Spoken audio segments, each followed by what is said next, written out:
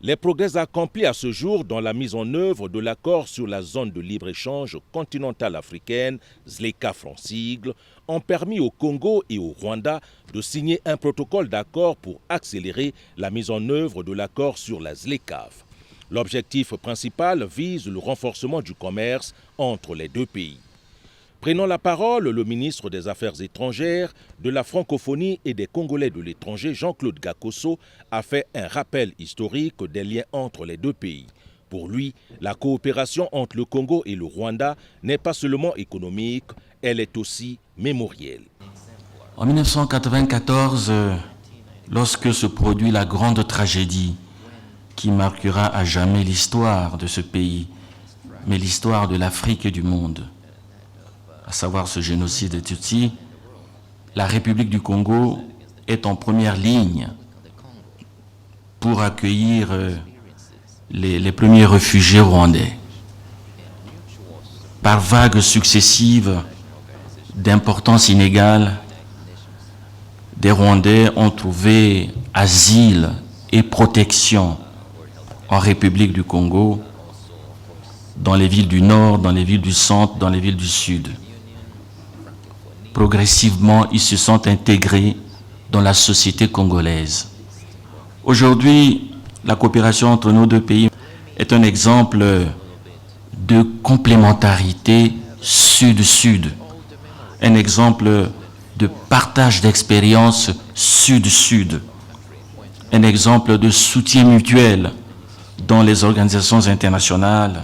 Denis Christelle Sassou Nguesso, ministre de la Coopération internationale et de la promotion du partenariat public-privé, a pour sa part présenté les axes de cette coopération. À ce jour, l'arsenal juridique qui sous-tend la coopération entre nos deux pays est abondant et diversifié.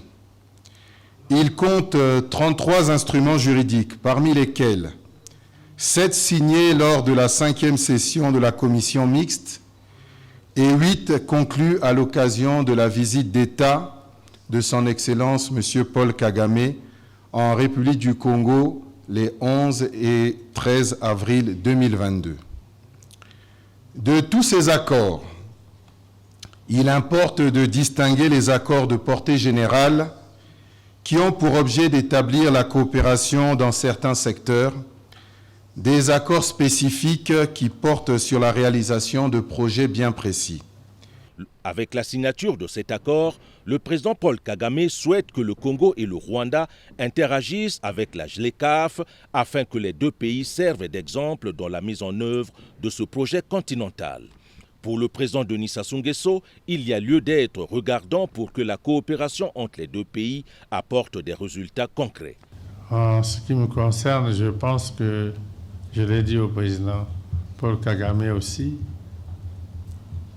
nous devons rester très regardants et obtenir que tous nos collaborateurs à tous les niveaux travaillent d'arrache-pied pour que l'on aille vers le concret et vers les résultats. Que la coopération ne devienne plus seulement cette espèce de rituel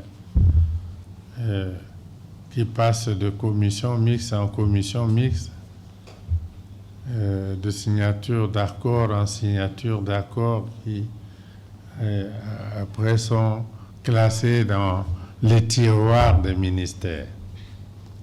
Et on ira au résultat. Signalant que ce protocole d'accord rentre en vigueur à la date de sa signature par les deux parties et reste valable pour une période de 5 ans sous réserve de renouvellement avec l'accord des deux pays.